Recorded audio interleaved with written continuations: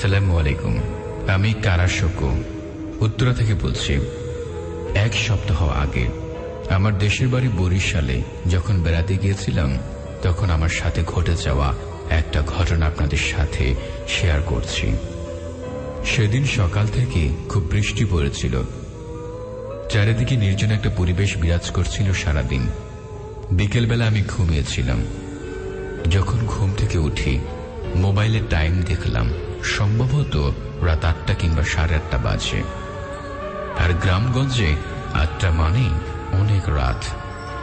উঠে সিগারেটের প্যাকেটটা হাতে নিয়ে দেখি প্যাকেটটা খালি পড়ে আছে।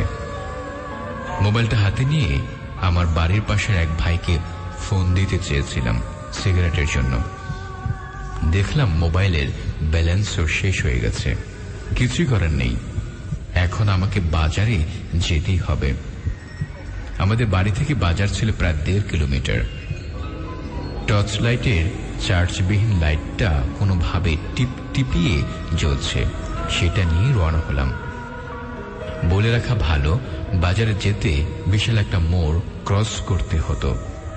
আমাদের আর মোড়ের বাম দিকে ছিল হিন্দুদের পুরনো একটা শ্মশান।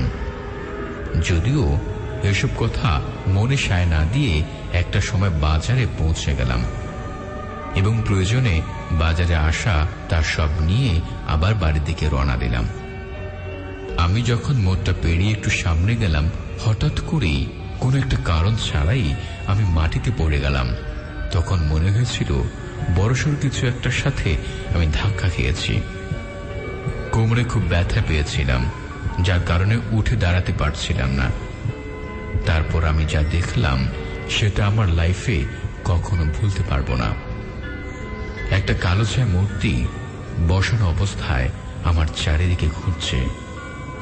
তারপর আমি বুঝতে পারলাম আজ হয়তো আর বাড়ি ফেরা হবে না। শুরু করলাম সূরা কালাম পড়া। যতটুকু জানতাম সব পড়া শেষ, বন্ধ করে নিলাম পুরো শরীর। তারপর আমি শুনতে পেলাম কোথা থেকে যেন বিঘ্ন কণ্ঠে বলতে লাগলো, এই পথ দিয়ে এরকম সময় আর কখনো চলাফেরা করবি না।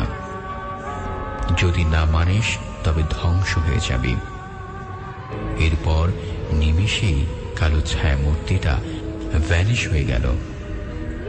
তারপর আমি কোনো মতে উঠে দাঁড়ালাম, অথচ এতটাই ভয় পেয়েছিলাম যে 10 মিনিটের রাস্তা কিভাবে যে 4 মিনিটে কাভার করে ফেললাম তা আমার কাছে আজও অজানা হয়ে থাকলো।